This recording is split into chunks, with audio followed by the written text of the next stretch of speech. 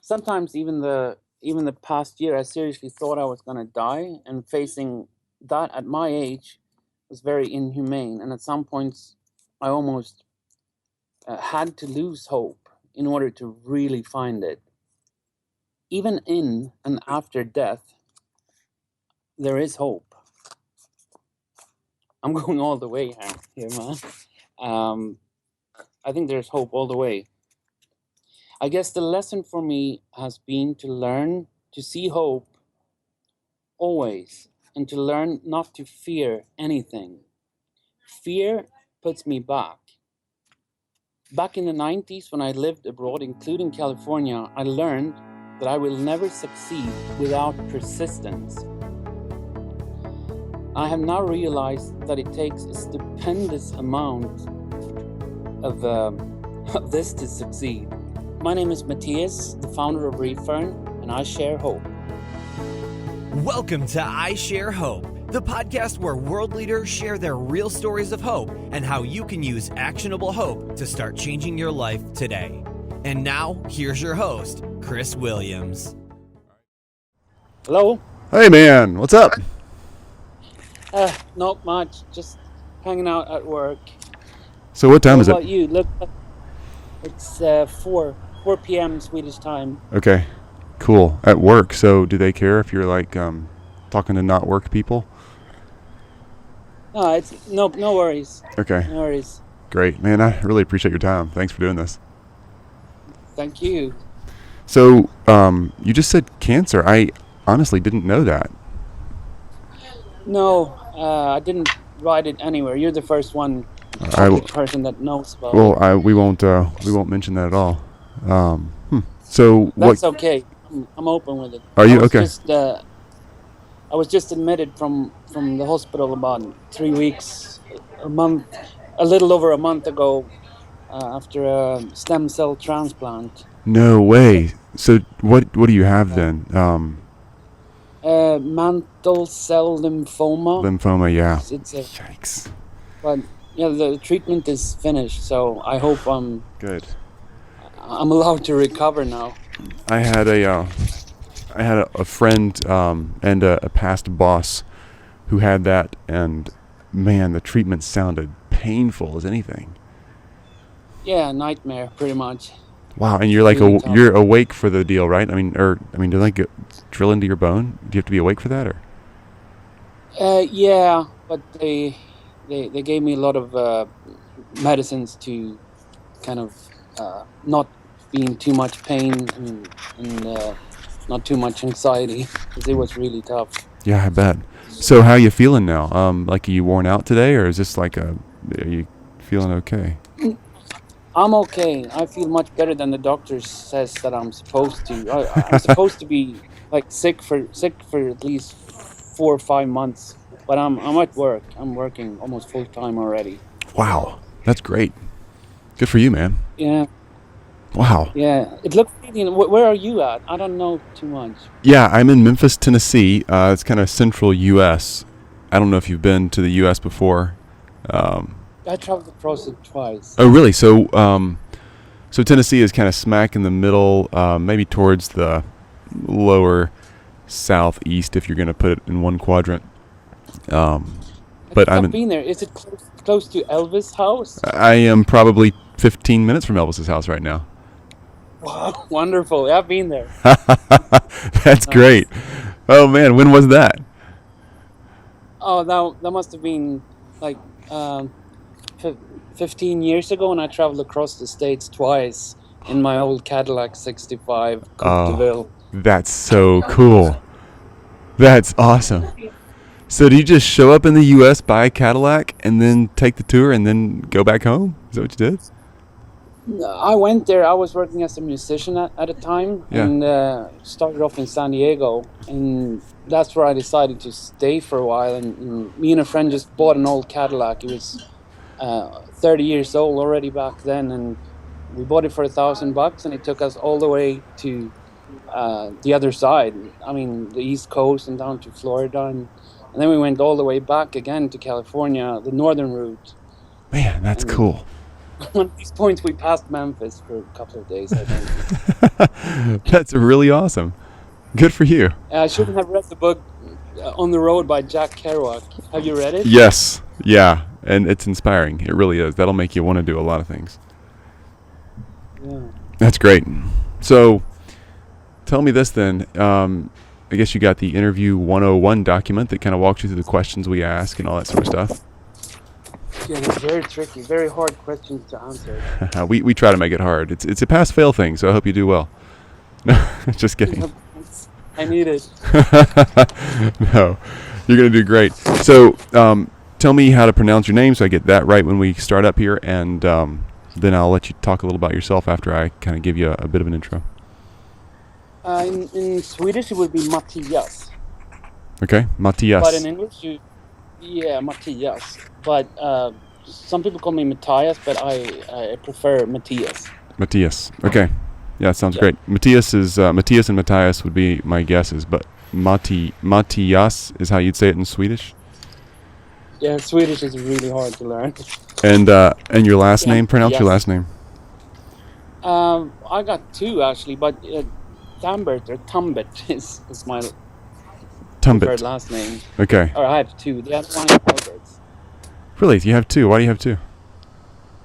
Well, when my parents got divorced, I took both of their last names. That's cool.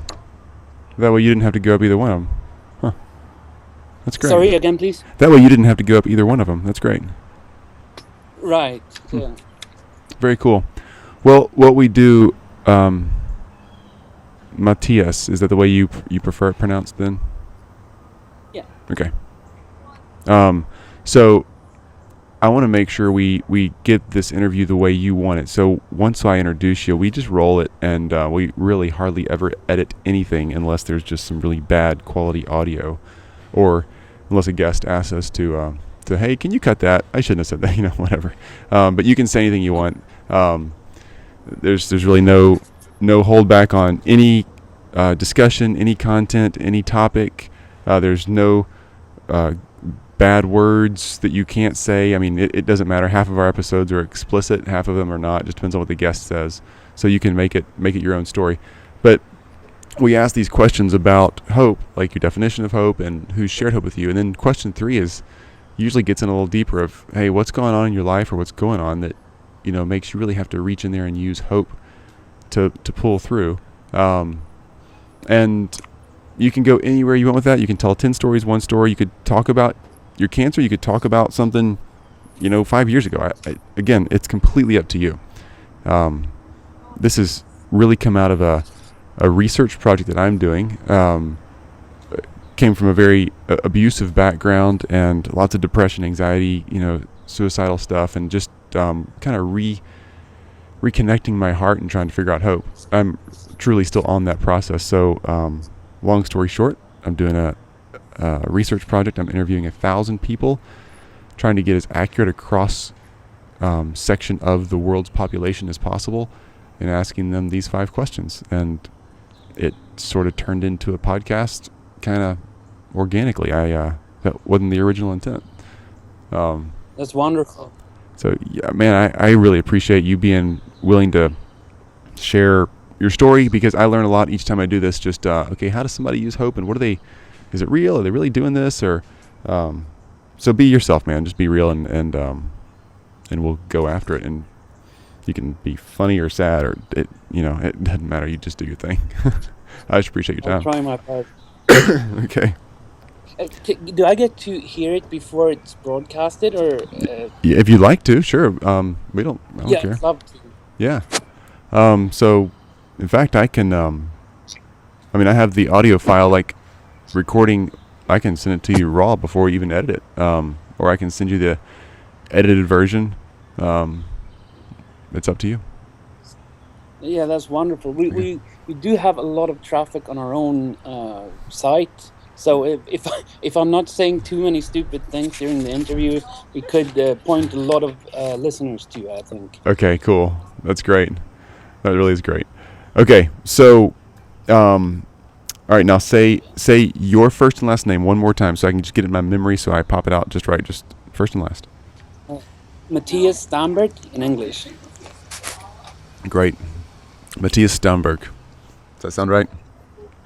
Thambert. Thambert with a TH. That's right. Sorry about. Yeah. Yeah. Mattias Thambert. Awesome. Okay, well, let's do this. So, Mattias Thambert, you are in Sweden, I think. Sorry, with Thambert.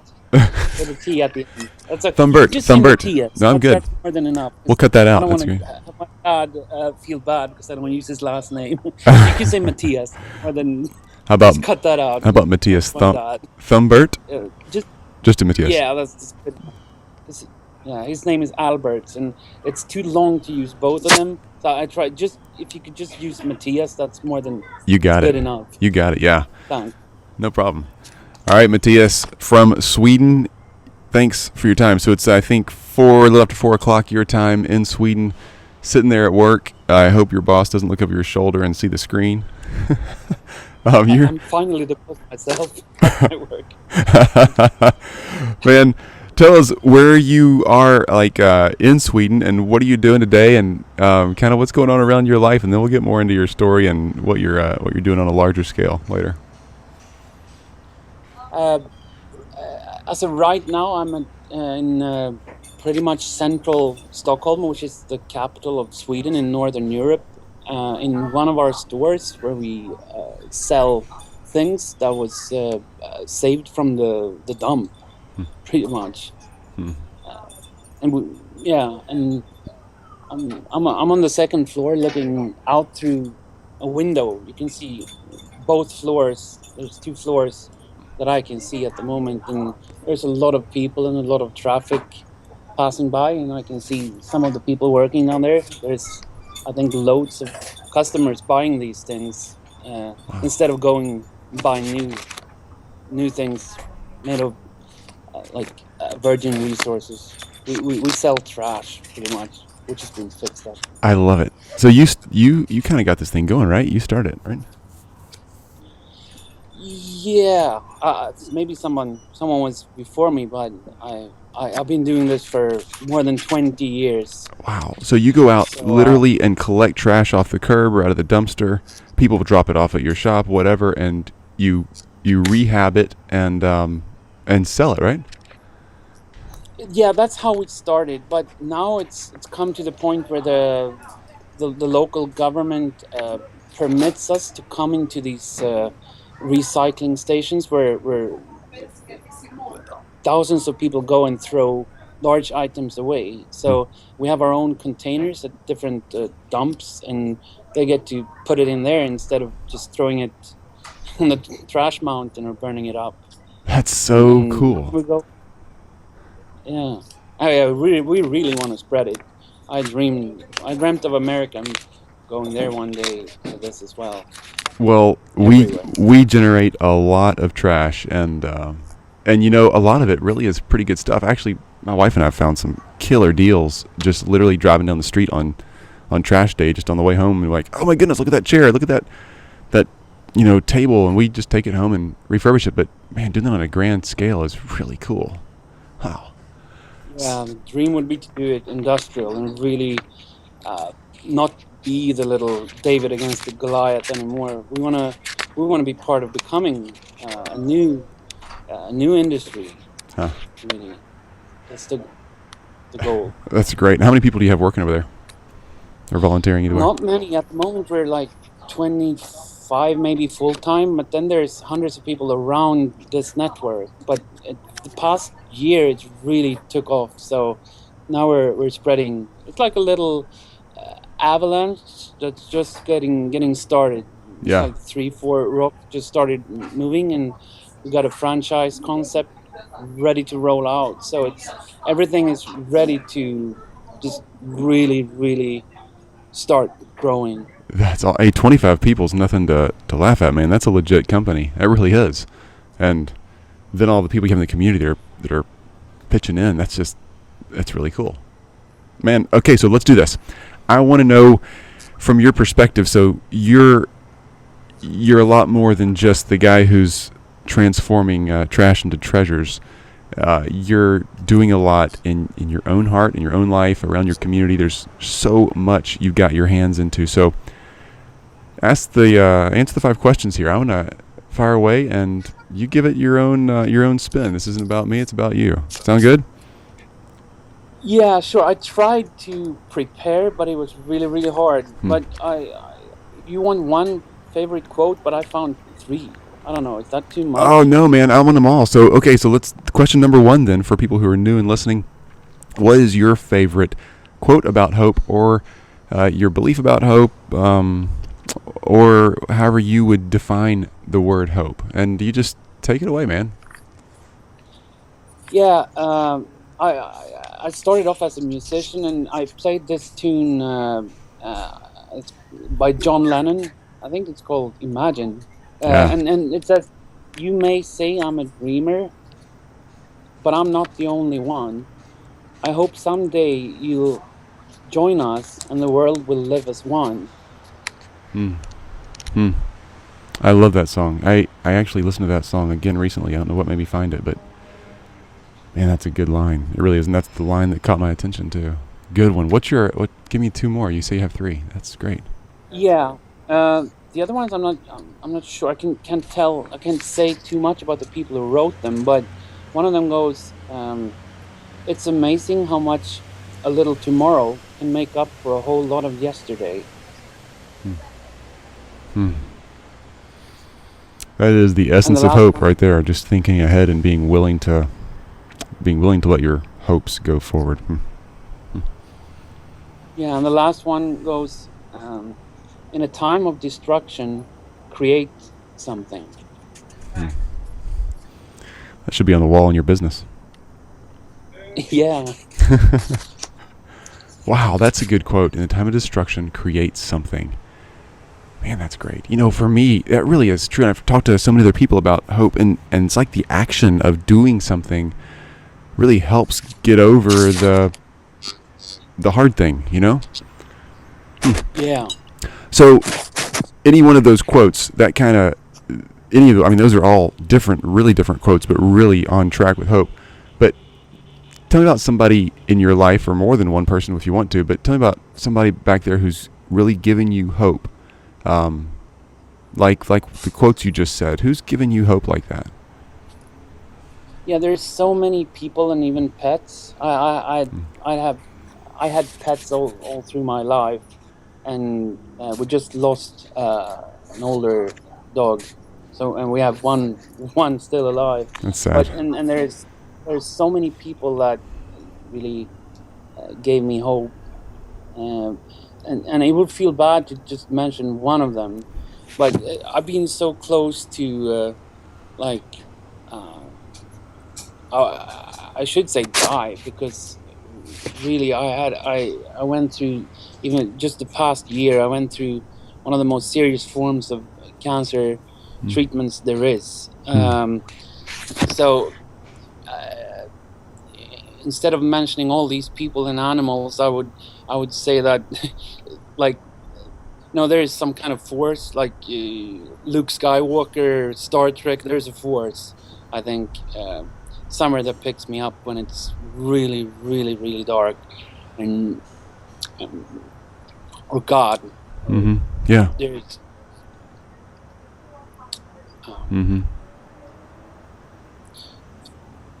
It's okay. Take your time. There is hope. Yeah, there is. So you've just come through a really tough time with cancer, and I don't think I've seen that anywhere on your social media or websites or anything public. Are you? Who knows about this? And my wife and my family, and now you. So and our staff, the people beside me. There's people on the other floor, and maybe someone beside me, a little further away. But except from that, no one knows about it, and it's not a secret, not at all. It's just I'm just getting my hair back. I lost every hair on my body. I'm just starting to get it back. I got like very, very short hair everywhere now. Well, that's great. I'm glad it's coming back. I really am. Thanks. Yeah, me too. Finally. Yeah, no kidding. Uh, So, when did you find out that you had cancer? How'd you find out? it was a little over a year ago, and I found these little bumps in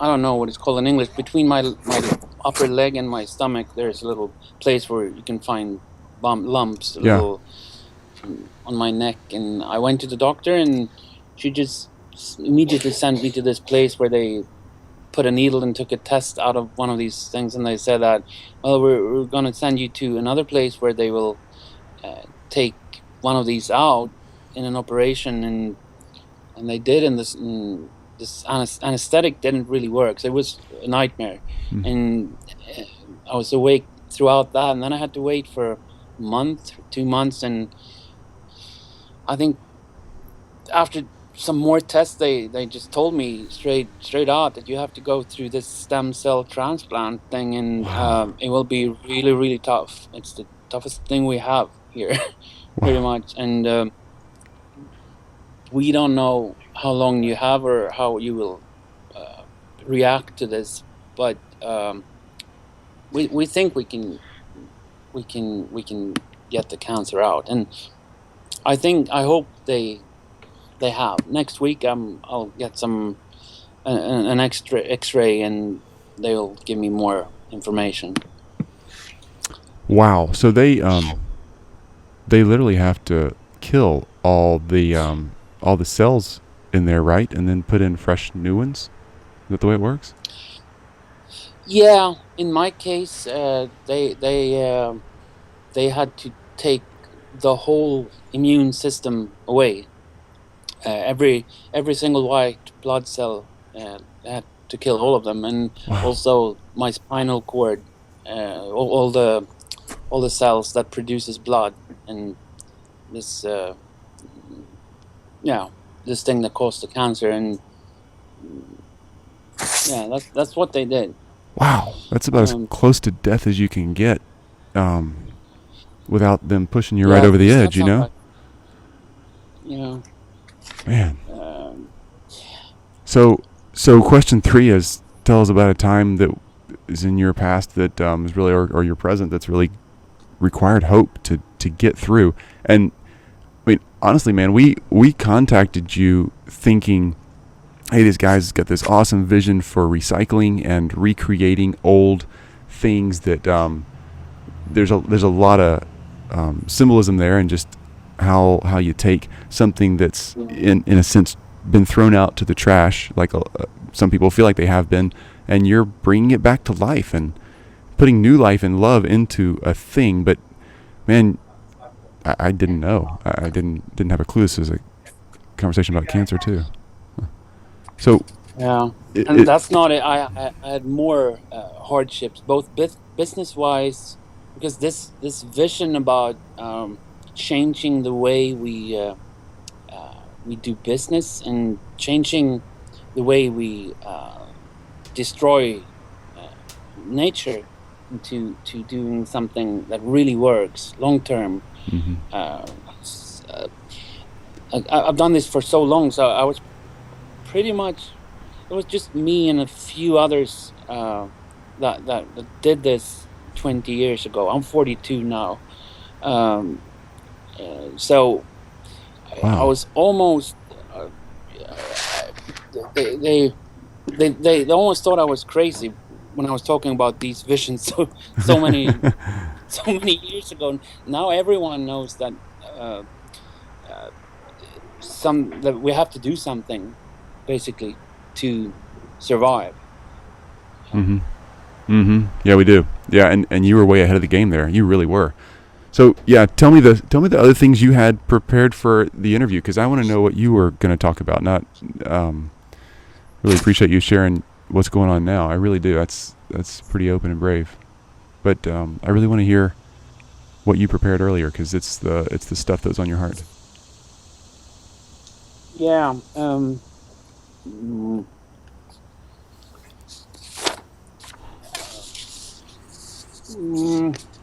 I wrote a lot of stuff, but I don't want to read straight off of my notes. It's so boring. It's uh, not boring. It's just talk it out, man. Real stories are what really connect to me. I sure learn more when people are honest and open. So just talk. You're good. okay. I'll just read some of the stuff I wrote. Yeah.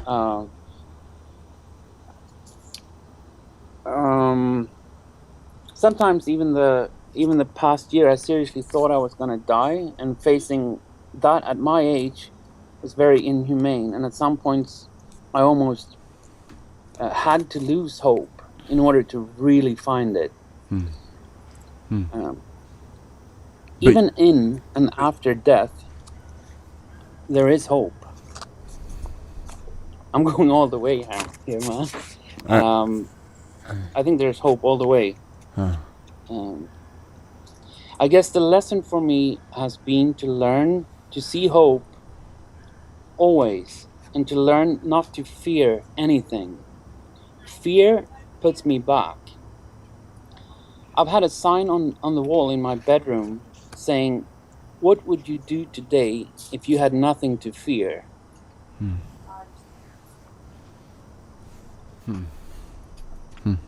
Back in the 90s, when I lived abroad, including California, I learned that I will never succeed without persistence. I have now realized that it takes a stupendous amount of this to succeed.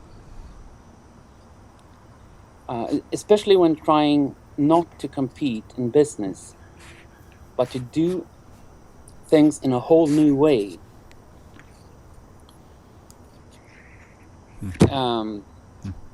I was even considered crazy for saying what I wanted to do before it existed.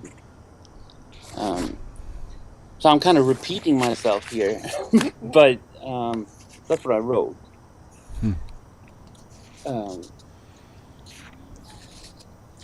then I wrote, basically what we do at Refurn is saving discarded furniture and items from dumps and giving them a new life. At the moment, we have 3 physical stores beside the web and about 4,000 square meters of storage. I'm sorry, I can't translate it into your... what's meters in English? It's a little more yards. We would use yards, square yards. That's it's going to come out as more than 4,000 square yards. That's amazing. Yeah, I don't know how many football fields it is, but it's a lot of furniture. And we already sold or rescued hundreds of thousands of furniture just the past 5 years. We're finally growing like an avalanche. The plan for this was to be global long ago, but now it really seems to be happening. We have a social vision, and about half our staff has some form of handicap, and some even work on a volunteer basis. Our aim is for the people of the world to start restoring old things instead of buying new. I feel like we are David against Goliath, where Goliath is the industry that makes zillions of things from virgin natural resources. Refurn competes with giants. At this point, most people has already realized that we have to do something, and that there is a limit to how much we can exploit nature. Most people simply feel good getting their hands dirty with Refurn.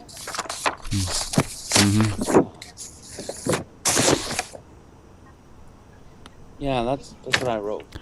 That's really powerful, man. There's like, I'm glad I'm recording this because there's so many just killer quotes in there, and inspiring stuff. I love your comment about not wanting to compete in business, but do something completely new and different. That's really brave and scary too, I guess, because there's no track that you can follow to know you're going to make the bills the next day, I have a good wife. She likes numbers. I wouldn't do this without her. That's great. And the fact that you said half of your staff has some sort of disability, whatever you want to call an issue that's considered not normal. for the general population. Is that because you've intentionally sought out people who were looking for an opportunity they might not fit into another job, or is it just the way it happens and people just kind of rally around your cause? Well, there. I think I come from. I don't know. I don't know enough about you, but I went through other hardships than the cancer. Cancer is just what happened the past year. Mm-hmm. I went through some serious burnouts, and I don't want to go too deep into that, but I went through some serious stuff, and I came out of it, and I decided that I want to help others with handicaps, physical or mental. I don't care. I want to help other people get back on track and give people another chance. That's just one part of it. I really want to do this from my heart. The social part. The other part is that saving things from the dump. There's no economy in doing that. If it takes like 3 hours to fix an old chair, and you can sell it for $5. So there's no way to live off of this unless something is changed. It takes a lot of job opportunities to do this, but so to find volunteers or to find people where government can pay part of the salary is the economy is one thing, but there is a genuine desire to help, and a lot of people that works with us started off when they were sick or getting by with benefits from the government, but today they're employed. Wow. And man, that's so great. You've given real people a real opportunity, and they're not employed doing something that's I'm going to say this the way I'm trying to think it. If it doesn't come out right, sorry. That you're not giving them something to do that's, oh, it's not important, or oh, it's not a really serious job. Maybe they could do it. No, it's like, no, this is for real. It's a real job. There's real purpose, and there's real good and bad consequences for how the work goes. And man, that's what we need. You know, people just need to have something that they're doing that matters. That's really cool. In one single day, I think we could from one single dump in this little country with only 10 million people, there's hundreds of dumps here, but I think we could employ almost everyone in the whole country just from the trash. There's so much to fix. There's so many broken items that take so long time that we could take away the unemployment, I think, but we have to find a way to make it work financially. There's so much to do, really. Yeah, I think that's awesome. Wouldn't that be cool if your country became an exporter of really, coveted and cherished restored items? Like the company Restoration Hardware, all that stuff, I don't think it's old. I think it's all new, right?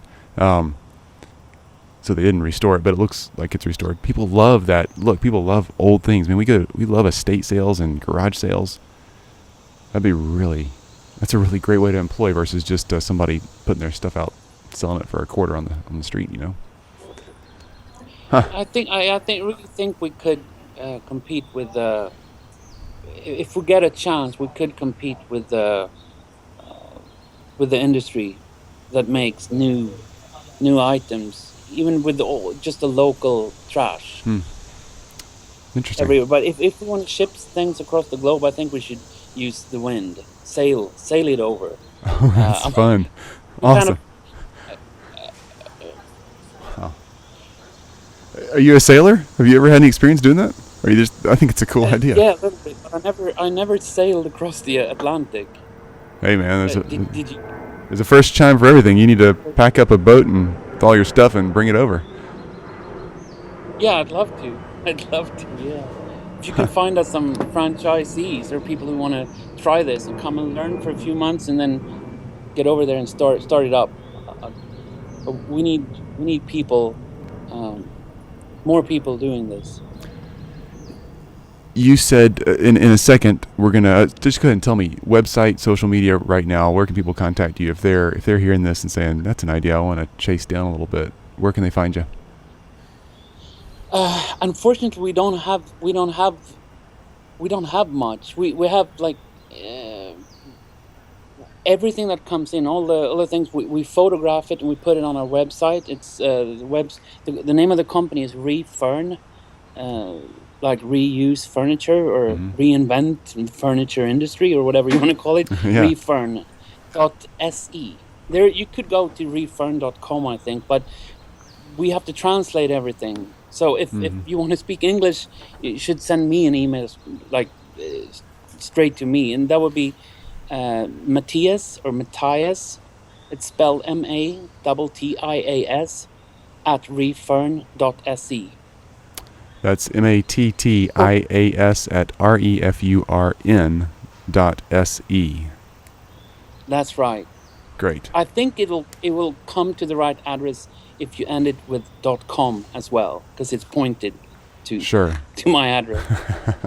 Okay. Well, maybe we should carbon copy the other version, the .com, so we can make sure one of them gets to you. So you mentioned a second ago that you really believe that there is hope and there really is a way to hope from whatever situation you're in. That was towards the beginning of the stuff you were reading that you'd already prepared. Why are you so sure of that? Because honestly, man, I get to places where I'm not sure. Just this past week, I questioned it all over again. I don't know if it's real. But anyway, what's got you anchored down there? Facing death. Okay. There's even hope there. There's hope all the way. There's nothing to worry about. I paid such a hard price you wouldn't imagine. I'm writing a book right now. It's almost finished. I'm gonna try and translate it sooner or later. But I went through so many things, except the things that I told you the past half hour, whatever. And I think a lot of the price is because of this vision about what we're doing business. I mean, the thing, Refurn. There's so many things, so many times that I almost gave up when facing bankruptcy or almost facing bankruptcy for many years, and like working without any form of pay, just a lot of owed a lot of money to the bank and to my family, and everything was just really, really not going my way, and because I didn't give up, or because I didn't lose hope, it finally took off. It's working now. We're growing fast, and I think this is a very small part of actually helping us out of the mess we're in, because it is a mess. Yeah, as a global community, you're saying the mess. Yeah. Yeah, ecologically. Yeah. Great. So, thank you. I don't have a response. I'm soaking it up. Hope comes and goes for me. That's why I'm doing this. And I don't know. It's one of those things you can't just read the definition in the dictionary and read the scientific journal about hope and nail it down. It's it's so specific to each person, and it's so real, but it's so different for everybody. All right, so question 4. How are you sharing hope with others today? Obviously, Refurn is doing an enormous amount to inspire people around the world who are seeing you do what you do, and inspire your staff and your community of volunteers for a more hopeful planet and work environment and things like that. How do you, as a person, share hope on a regular basis when you're just saying hi to somebody in the hallway at work, or you're on your way home, or you're sitting at the dinner table at home? How do you share hope with somebody? I lost many cells, including brain cells, so I happened to read that answer out before, so I have to add something to what I read. No, you were giving good examples before. You really were. Just restate them there if you want to. I just want to make sure we hear it for what it is. I want to make sure people know, okay, this is how you do it.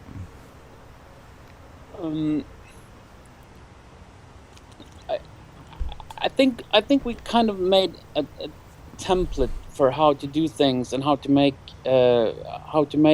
things work, both socially and financially. And at present, I don't do as much as I wish I did, because I'm still coming back from this ordeal. But people that work with us, I think, are doing that towards each other.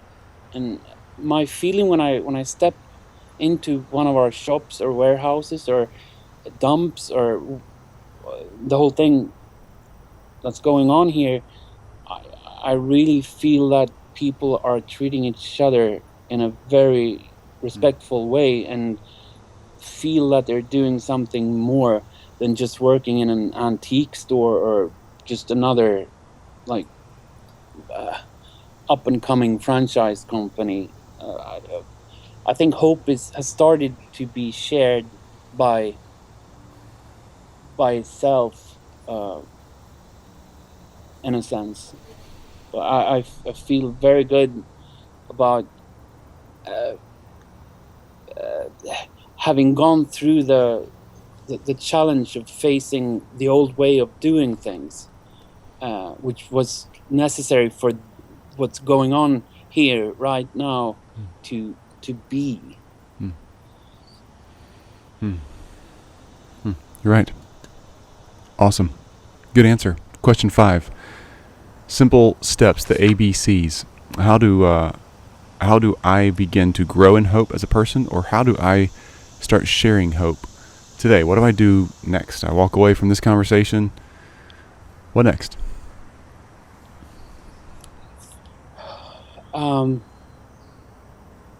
I didn't write an answer to this question. It was so hard for me. May I ask you, of all the people that you interviewed, which is the answer to this question that you remember the most? Maybe I can fetch some inspiration from that. Be kind. Be kind is what sticks in my mind the most. A lot of guests say, be kind. Smile to someone, help them carry their groceries to their door. Take them a little something if they're having a down day. Pick up a cup of coffee from the diner down the street on your way to work, and just give it to a coworker, just because. They just say be kind, and I think that's probably what impacts me the most. I'm sure it is. Sorry. I don't usually get emotional in these things, but that's what impacts me the most, is when people are kind to me. It makes me feel special, and like I am a person of value. It doesn't matter how much money I generate, or how much volunteer hours I put into the community, or how many how the kids in my home are getting educated. What makes me feel valuable is when someone's kind to me and treats me like something of value, and that gives me hope that maybe there's more to me than just the good or bad feelings of the day. Yeah, I love what you're saying. I agree on all of it, and to me, I think it's become almost second nature. I just wish there were more of us. You know, I think there's probably more of us that are kind of stuck, that maybe don't know how to be kind because they feel so beat down. You know, it's funny when somebody just does something kind to you, you get a little inspired to return the smile, or buy them a cup of coffee the next day, or just be a little nicer to your kids when you get home. You know what I'm saying? It's it relieves some stress and gets you a little bit back on track. Yeah. Yeah. Well, you've been extremely kind in giving us your time on a day, 4 in the afternoon, 5 in the afternoon almost now, when you've got a company to run and a lot of things to get done, and you got that whole cancer recovery thing to do. That takes a lot of time and effort. You're doing a lot, and I can't thank you enough for taking the time and saying yes. Honestly, if I'd known you were recovering from something that tough, I figured you'd say, no, it's going to be a little while. But wow, what a fresh, real story. And as a fellow businessman who runs my own company, it's inspiring. We've been through those days of, near bankruptcy and no money coming in the house because you got to pay the staff first, and all those things that happen when you're starting a business, and sometimes when you're starting a business for a long time. And man, that's you give me a lot of perspective today. I appreciate that. Thank you very much for contacting me. I'm honored to be on your show. Oh, I'm honored to have you. Okay, so just one more time, it is www.refurn.se or .com. That's refurn.se or .com, and the email, if you want to contact Mattias, is MATTIAS at refurn.se or .com. So, man, let me just pull aside here for a second, and this part of our interview won't be part of the podcast. We start each podcast with some clip of the interview that's really powerful and says kind of communicates the heart of what's coming in the interview, and then that's for like 30 seconds or something like that, and then we let the guests say their name and I share hope. So you'd hear some comments from you, and then I'm Mattias and I share hope, or I'm Mattias, the founder of Refurn, and I share hope, or however you'd want to introduce yourself, but just your name and I share hope need to be in there somewhere. So I'm going to mute my mic and let you just give it a round or two and see if you say something you like that we can put with your name and I share hope at the beginning. You got, question? Should I just, I'll just start off by just saying that, but do you want me to say something else, or? Some guests just say their name and I'm Chris Williams and I share hope. Some people say their name, like I'm Chris Williams, a social entrepreneur, or I'm Chris Williams, a host of the podcast, and I share hope. Some people put a little something about themselves in between their name and I share hope. Some people just say it plain. That's up to you. All right. Okay. I got it. My name is Mattias. I'm the founder of Refurn, and I share hope. That's great. That's really great. Do one more time, just in case every now and then audio files get mixed up or weird, and we don't want to miss this one at all. So do it one more time for me. My name is Mattias, the founder of Refurn, and I share hope. Brilliant. Perfect.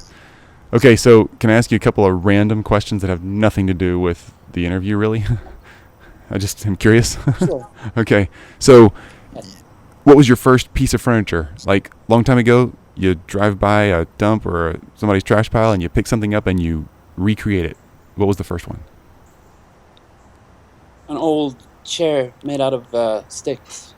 Do you still have it? I think my mother might have it. Oh, man, that's really cool. You need to take a picture of that one. That's great. All right. And who was the first person to join your cause with you and say, "Hey, I want to do that with you," or volunteer, join the company, whatever? Who jumped in and said, "I'll help out"? An English guy, Adam Smith. Yeah. That's great. Did he just see you doing it one day, like refurbing furniture, or did he see you on the side of the road picking up some trash, or how did he see you? I think we had a mutual friend, and I just told him what I did, and he said, I'm a furniture restorer from England, and yeah, I'd like to help out. That's awesome, man. That's cool. Okay, what do I say to somebody? I've never had cancer, and believe it or not, nobody in my immediate family that I know of has had cancer, which is pretty rare, honestly, because most people have somebody in their family. So I don't have a lot of experience with meeting someone who's dealing with cancer and saying, "Oh my goodness, I'm so sorry," or "Can I help you?" Or how do you reach out to somebody like you who's recovering from that and not make them feel like an oddball, but let them know you're human and want to be part of their world, or just to say you support them?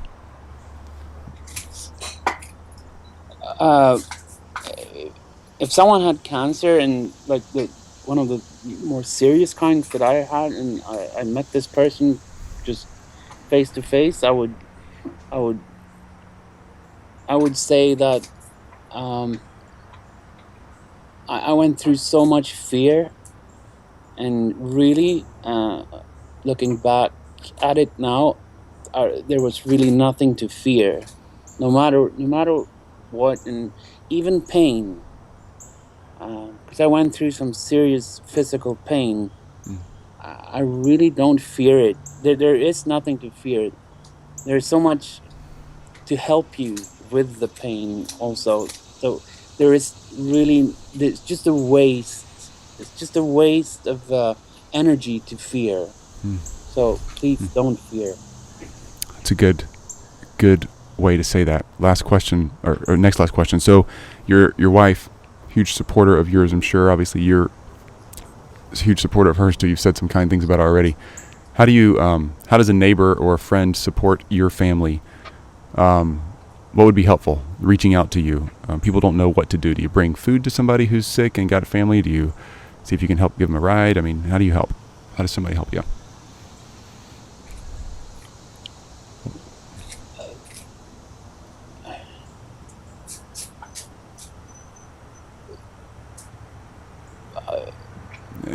And I don't mean just helping you. I mean just anybody. Thing.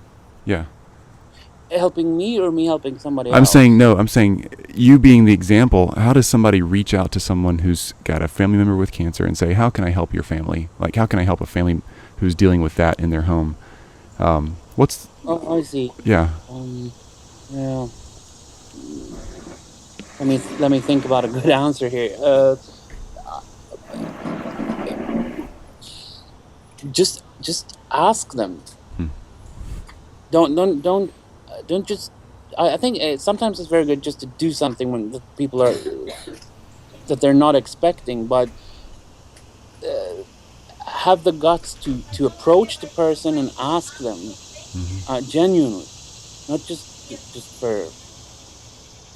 doing it. I mean, genuinely ask them, what can I do? Is there anything I can do? And really mean it, and be willing to do it. Be honest, and really go all the way and really do what they need. Help them with what they need, even if it's even if it's not something really big. If it's really tough. Go the extra mile. That's perfect. Perfect answer. That's a really practical answer for me. Thank you. Just ask. Awesome. Don't feel awkward about it. Just ask. Okay. And then last question. Then, favorite song, favorite artist, favorite track. If you want to rock out to something that makes you feel happy, makes you smile or laugh, dance, whatever. What's it going to be? Whoa, there's so many. I'm an old Dylan fan, and Yeah. also I wrote a lot of songs myself. But You wrote a lot of songs yourself? I wrote a lot of songs myself, more than 100 tunes. No way. And I played bars and stuff. Yeah, that's how I started out. Are you? Wow. Did you tour? Like, were you in a band, doing stuff? Mainly, I was just troubadouring. Yeah. That's what I did in America as well.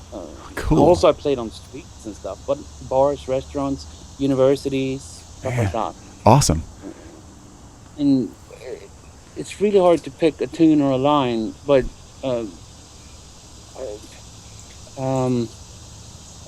I like Blowing in the Wind. Mm-hmm. Blowing in the Wind. Good one. Yeah, Dylan. He's a unique artist that has impacted, like, everybody talks, not our guest here, but you see these interviews of these super famous musicians, and it seems like everybody mentions Dylan somewhere in an interview.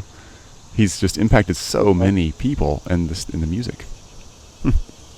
Yeah, he sings out of key, I think, sometimes, but he really makes some good lyrics. Yeah, he does. He's the thoughtful writer. He is brilliant at writing. Awesome. Dylan, Blowing in the Wind. That is your answer, man. All right. Thank you again. I really appreciate your time. Can't thank you enough for the encouragement and the really, really practical steps and thoughts about taking hope and being really actionable about that. Thank you. Enjoy the rest of your evening, and I'm gonna hit the website right now because I want to see some more of these pics. There's some really cool stuff you've rebirthed, I guess is a good way to say it. Yeah, there's thousands. Yeah, there is. All right, man. Thanks a lot. Have a great night. Thank you. Okay, bye-bye. You too. Bye now. You've just listened to I Share Hope. If you're ready to make a change, head to our website at isharehope.com and claim your free copy of the top 10 actions of hope from world leaders to use hope in your own life. Thanks for listening, and we'll talk to you next time.